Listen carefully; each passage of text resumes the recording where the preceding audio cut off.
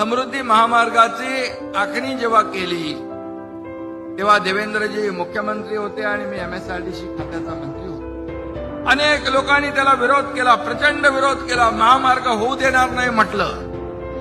परंतु काही लोकांनी आडमुठी भूमिका घेतली, विकास विरोधी भूमिका घेतली।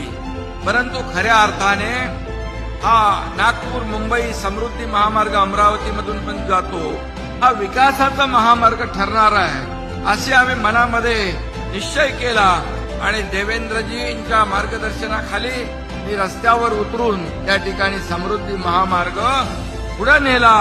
आणि म्हणून आपण म्हणतो मुश्किल नहीं है जीत की राह, मुश्किल नहीं है जीत की राह, ठान लिया जो तू अगर, वो मंजिल खुद चलकर आएगी, नाप दे जो तू डगर।